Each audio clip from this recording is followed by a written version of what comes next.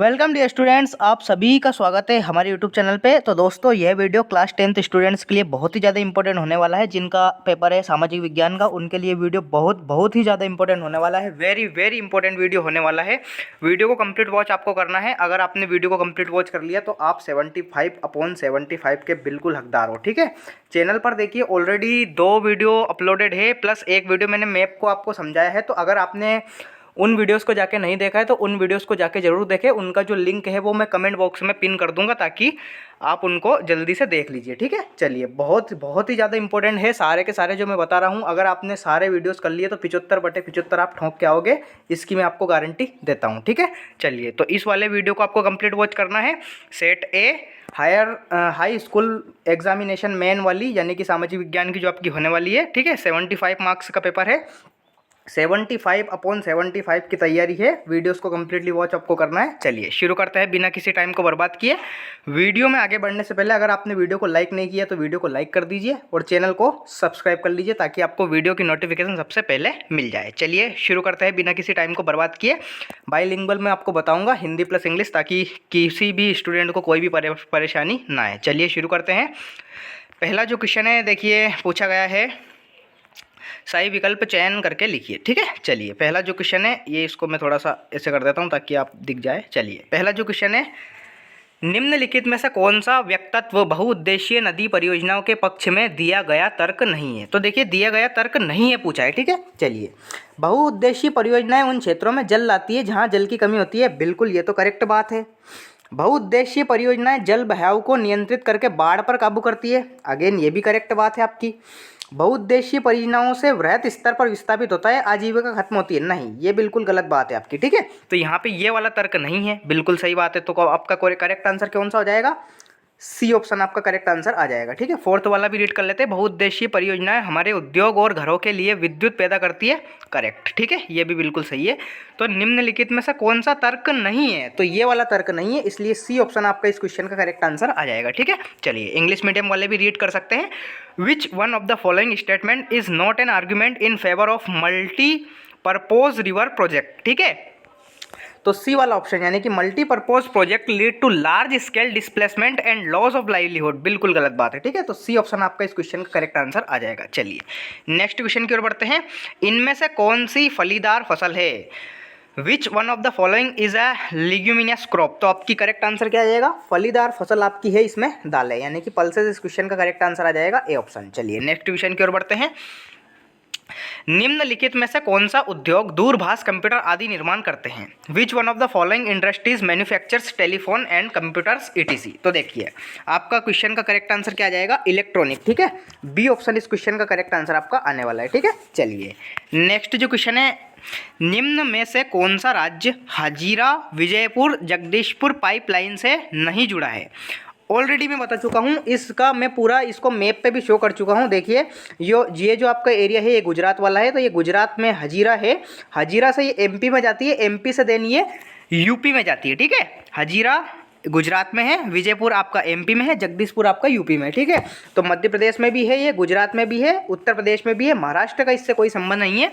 तो क्वेश्चन का correct answer आपका क्या आ जाएगा? महाराष्ट्र इस क्वेश्चन का करेक्ट आंसर आपका आ जाएगा। ठीक है, विच one of the following states is not connected with the HVJ pipeline. तो महाराष्ट्र से ये कनेक्ट नहीं है, इसलिए बी ऑप्शन इस क्वेश्चन का करेक्ट आंसर आ जाएगा। चलिए नेक्स्ट जो क्वेश्चन है, नेपोलियन का इटली पर हमला हुआ था। नेपोलियन इन्वेडेड इटली इन, तो नेपोलियन ने जो हमला किया था वो 1797 में आपका हमला किया था इटली पर। ठीक है, तो ए ऑप्शन इस क्वेश्चन का करेक्ट आंसर आ जाएगा। ठीक है, नेपोलियन का इटली पर हमला हुआ था 1797 में। चलिए नेक्स्ट क्वेश्चन है, गांधी इरविन समझौता कब हुआ था? तो देखिए, गांधी इरविन समझौता हुआ था आपका 5 मार्च 1931 में। ठीक है, ए ऑप्शन इस क्वेश्चन का करेक्ट आंसर आपका आने वाला है। चलिए नेक्स्ट क्वेश्चन की ओर बढ़ते हैं। इस प्रकार से आपके सही विकल्प हो जाएंगे। नेक्स्ट क्वेश्चन जो पूछे गए हैं वो रिक्त स्थान पूछे गए हैं। चलिए देख लेते हैं इनको भी। अफ्रीका में 1890 के दशक में रिक्तिस्तान नामक बीमारी बहुत तेजी से फैल गई थी। In Africa in the 1890s A fast spreading disease of, देखिए उसका नाम मैं आपको बता देता हूँ, रिंडर पेस्ट। ठीक है, रिंडरपेस्ट, ये पशुओं में फैली गई थी बीमारी, इससे बहुत ही ज़्यादा पशुओं की जान गई थी। ठीक है, रिंडरपेस्ट जो बीमारी फैली थी वो अफ्रीका में 19वीं सदी के अंत में फैली थी, यानी कि 1890 के दशक में फैली थी ये। ठीक है, रिंडरपेस्ट जो बीमारी थी इसका नाम था, ये वाली बीमारी फैली थी। ठीक है, चलिए नेक्स्ट क्वेश्चन देखते हैं। औसत आय को रिक्तस्थान आय भी कहते हैं, यानी कि the average income is also called, most IMP question है भाई। औसत आय को प्रति व्यक्ति आय भी कहते हैं। ठीक है, प्रति व्यक्ति आय। ठीक है, प्रति व्यक्ति आय से कहते हैं, इंग्लिश में इसे कहते हैं पर कैपिटा इनकम। क्या कहते हैं? Per capita income. ठीक है, पर कैपिटा इनकम। इसे कैसे कैलकुलेट करते हैं मैंने आपको ऑलरेडी बता दिया है कि देश की कुल जनसंख्या को राष्ट्रीय आय यानी कि नेशनल जो आपकी इनकम है उससे अगर डिवाइड कर दें तो ये हम इसे कैलकुलेट कर सकते हैं। औसत आय को प्रति व्यक्ति का आय भी कहते हैं, यानी कि पर कैपिटा इनकम कहते हैं। चलिए नेक्स्ट जो क्वेश्चन है, तृतीयक क्षेत्र को रिक्तस्थान क्षेत्र भी कहते हैं। The territory sector is also called, इसे तृतीयक क्षेत्र को देखिए सेवा क्षेत्र कहते हैं। क्या कहते हैं? सेवा क्षेत्र, यानी कि सर्विस सेक्टर। ठीक है, सर्विस सेक्टर। ठीक है, तृतीयक क्षेत्र को सर्विस सेक्टर कहा जाता है। ठीक है, ये इस क्वेश्चन का करेक्ट आंसर आ जाएगा। चलिए, बैंक रिक्त स्थान पर देने वाले ब्याज से ऋण पर अधिक ब्याज लेते हैं। ठीक है, bank charges a higher interest rate on loan than what they offer on deposits, यानी कि जमा पर। ठीक है, जमा राशि भी आप लिख सकते हैं या फिर जमा भी आप लिख सकते हैं, जमा राशि यानी कि डिपॉजिट्स। ठीक है, डिपॉजिट्स इस क्वेश्चन का करेक्ट आंसर आ जाएगा। ठीक है, जमा पर। चलिए नेक्स्ट क्वेश्चन की ओर बढ़ते हैं। बड़ी कंपनियों को रिक्त स्थान कहते हैं। The large companies are called, तो देखिए लार्ज कंपनी को अपन कहते हैं बहुराष्ट्रीय कंपनी, यानी कि कॉर्पोरेशन कंपनीज। ठीक है, बहुराष्ट्रीय कंपनी, बहुराष्ट्रीय कंपनी। ठीक है, बहुराष्ट्रीय कंपनियां इन्हें कहते हैं, बहुराष्ट्रीय कंपनियां। ये आप लिख सकते हैं बहुराष्ट्रीय कंपनियां। इंग्लिश में से क्या लिख सकते हैं? इंग्लिश में आप लिख सकते हैं कॉरपोरेशन। ठीक है, कॉरपोरेशन कंपनीज, ये आप लिख सकते हैं। The large companies are called corporation companies. ठीक है, चलिए, रिक्त स्थान की पूजा सदियों पुराना जनजाति विश्वास है। तो देखिए प्रकृति की पूजा यानी कि नेचर की जो पूजा है, वर्शिप ऑफ नेचर। ठीक है, is an old tribal belief. ठीक है, ये एक पुरानी ही परंपरा है, जनजाति विश्वास है। ठीक है, प्रकृति या पेड़ पौधों की पूजा, आप ट्री भी लिख सकते हैं। चलिए नेक्स्ट क्वेश्चन की ओर बढ़ते हैं। सही जोड़ी का मिलान आपको करना है, मोस्ट आईएमपी है भाई, सारी की सारी जोड़ी आप इसको ध्यान रखिए। चलिए, मोटर गाड़ी उद्योग, देखिए मोटर गाड़ी उद्योग में आपका क्या आ जाएगा? मोटर गाड़ी जो उद्योग है वो गुरुग्राम में। ठीक है, ये वाला इसका करेक्ट आंसर आ जाएगा। कृत्रिम पतन आपका चेन्नई, इस क्वेश्चन का करेक्ट आंसर आ जाएगा। ठीक है, नेपोलियन की हार, देखिए नेपोलियन की हार हुई थी 1815 में। ठीक है, नेपोलियन की हार कब हुई थी? 1815 में हुई थी। रोलेट एक्ट कब पारित हुआ था? रोलेट एक्ट पारित हुआ था 1919, मार्च 1919 में पारित हुआ था। इसका ये ब्रिटिश सरकार ने पारित किया था। इसका उद्देश्य क्या था? भारत के जो नागरिक हैं उनको बिना किसी मुकदमे के, बिना किसी पूछताछ के जेल में फेंक दो, ये था इसका नियम। जेम्स वाट ने खोज की थी भाप इंजन की, स्टीम इंजन की। संघ सूची में आपका क्या आ जाएगा? प्रतिरक्षा, इस क्वेश्चन का करेक्ट आंसर आ जाएगा। ठीक है, तो इस प्रकार से आपकी जोड़ी हो जाएगी। इंग्लिश मीडियम वाले भी देख सकते हैं। Automobile industry Gurugram. Artificial port कौन सा है आपका? चेन्नई। डिफीट ऑफ नेपोलियन कब हुई थी? 1815 में। रोलेट एक्ट कब पास्ड हुआ था? 1919 में। जेम्स वाट स्टीम इंजन की खोज की थी। Union list defence. ठीक है, इस प्रकार से आपकी जोड़ी हो जाएगी। चलिए, सत्य असत्य आपको बताना है, ट्रू फॉल्स, सही के लिए सत्य और रॉन्ग के लिए फॉल्स। लोकतंत्र में सभी नागरिकों को एक ही वोट का अधिकार है, तो बिल्कुल ही करेक्ट बात है। देखिए, in democracy all citizens have one vote right, बिल्कुल एक व्यक्ति केवल एक ही वोट डाल सकता है। ठीक है, चलिए, वयस्क मताधिकार की उम्र कितनी होती है? 18 वर्ष। इसका भी आप खास ध्यान रखिए क्योंकि ये मोस्ट आईएमपी क्वेश्चन है। ठीक है, चलिए नेक्स्ट जो क्वेश्चन है, हरियाणा राज्य की प्रति व्यक्ति आय सबसे अधिक है, भाई करेक्ट आंसर है। ठीक है, हरियाणा की जो पर कैपिटा इनकम है वो हाईएस्ट है पूरे ऑल इंडिया की। ठीक है, चलिए ट्रू इसका आंसर आ जाएगा। मनरेगा कानून 2005 से लागू किया गया था। MNREGA act was passed in 2005, बिल्कुल करेक्ट बात है। ट्रू इस क्वेश्चन का करेक्ट आंसर आ जाएगा, यानी कि सत्य इस क्वेश्चन का करेक्ट आंसर आ जाएगा। फोर्थ जो क्वेश्चन है, कोलकाता एक समुद्री पत्तन है? नहीं, कोलकाता एक रिवर पोर्ट है, यानी कि नदी पतन है। ठीक है, तो इस क्वेश्चन का करेक्ट आंसर क्या आ जाएगा? असत्य इस क्वेश्चन का करेक्ट आंसर आ जाएगा।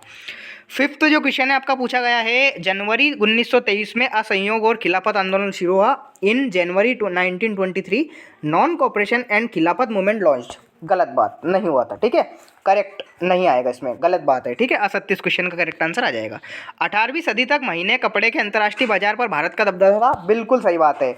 International market for fine textiles was dominated by India till the 18th century, correct बात है, बिल्कुल भारत का दबदबा था। ठीक है, 18वीं सदी तक भारत का दबदबा था, फिर भारत हो गया काम भारत का। ठीक है, चलिए एक शब्द या एक वाक्य में उत्तर आपको लिखना है। मोस्ट आईएमपी है, सारे के सारे क्वेश्चन आपको खास ध्यान रखना है। चलिए पहला जो क्वेश्चन है, वह शासन व्यवस्था जिसमें एक ही समय में दो या दो से अधिक सहयोगी राजनीतिक दलों द्वारा गठित सरकार क्या कहलाती है? A government formed by an alliance for two or more political parties is called. तो इसे कहते हैं गठबंधन सरकार। कौन सी कहते हैं? गठबंधन सरकार। ठीक है, गठबंधन सरकार इसे कहते हैं, गठबंधन सरकार। इंग्लिश मीडियम वाले भी लिख सकते हैं। इंग्लिश मीडियम वाले क्या लिख सकते हैं? इंग्लिश मीडियम वाले लिख सकते हैं कोलिशन। ठीक है, COALITION, कोलिशन गवर्नमेंट। ठीक है, कोलिशन गवर्नमेंट यानी कि गठबंधन सरकार इसे कहते हैं। चलिए नेक्स्ट क्वेश्चन की ओर बढ़ते हैं। उस प्रक्रिया को क्या कहते हैं जिसमें लोग ग्रामीण क्षेत्रों से शहरों की ओर पलायन करते हैं?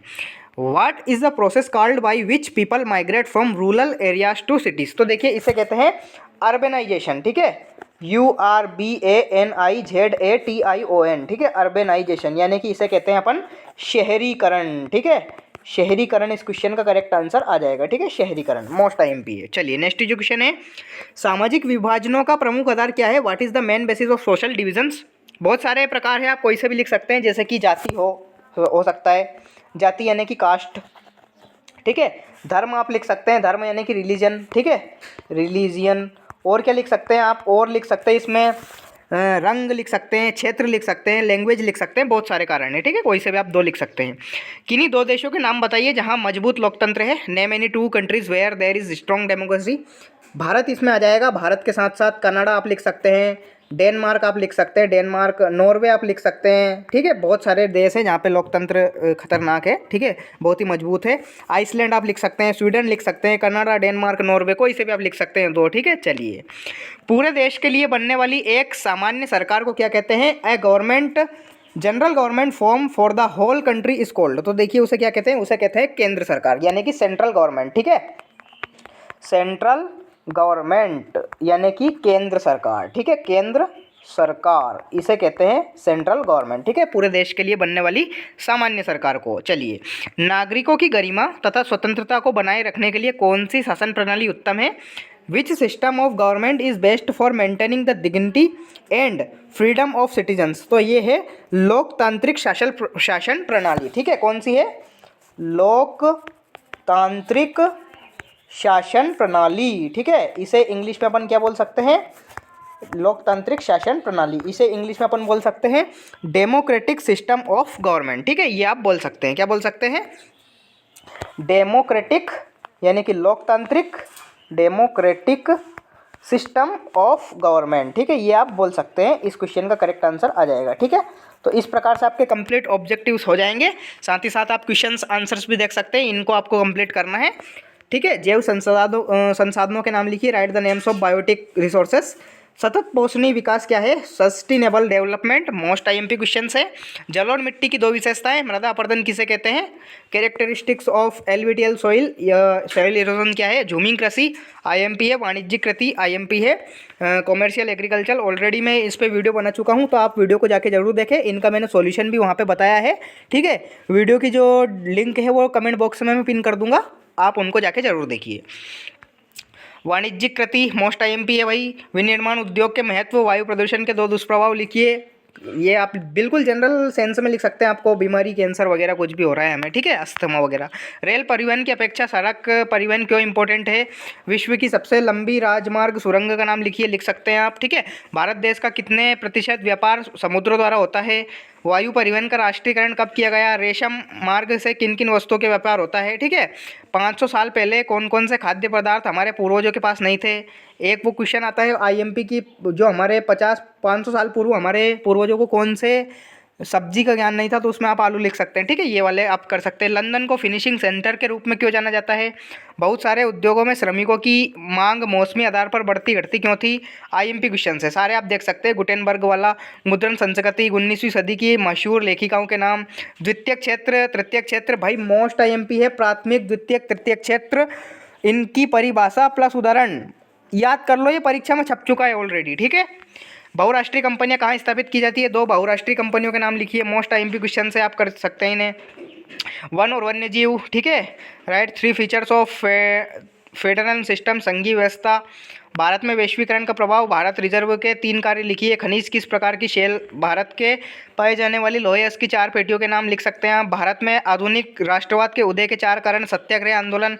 मानचित्र का ऑलरेडी मैं बता चुका हूँ भाई, एक वीडियो ऑलरेडी चैनल पे अपलोडेड है, पूरा मानचित्र मैंने ऑलरेडी अपलोडेड कर दिया है। उससे अगर आपने उस वीडियो को कर लिया तो 4 मार्क्स आपके कंप्लीट हो जाएंगे, ठीक है।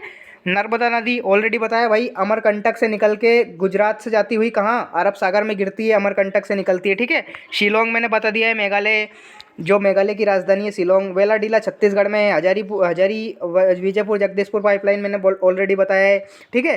गुजरात से ये एमपी में जाती हुई यूपी में जाती है, ठीक है, ये बता दिया है मैंने ऑलरेडी। तापी नदी ऑलरेडी बता दिया है, सिक्किम, चित्रदुर्ग, काकापारा, सारे के सारे बता दिए, ठीक है। तो इस प्रकार से मैंने आपको इस पेपर का कंप्लीट सॉल्यूशन बता दिया है। ये परीक्षा के लिए मोस्ट आईएमपी है। अगर आपने वीडियो को कंप्लीट वॉच कर लिया है तो आप 75/75 निश्चिंत हो जाइए, सारे के सारे। आप अगर वीडियोस वॉच करके जा रहे हैं तो 75/75 आप ठोक के आ जाओगे, ठीक है। चलिए, वीडियो को लाइक कर दीजिए, चैनल को सब्सक्राइब कर दीजिए, ऐसे ही वीडियो की नोटिफिकेशन आपको मिल जाएगी सबसे पहले। चलिए, मिलते हैं नेक्स्ट वीडियो में, तब तक के लिए टाटा बाय बाय, जय Hind, love you guys, all the best.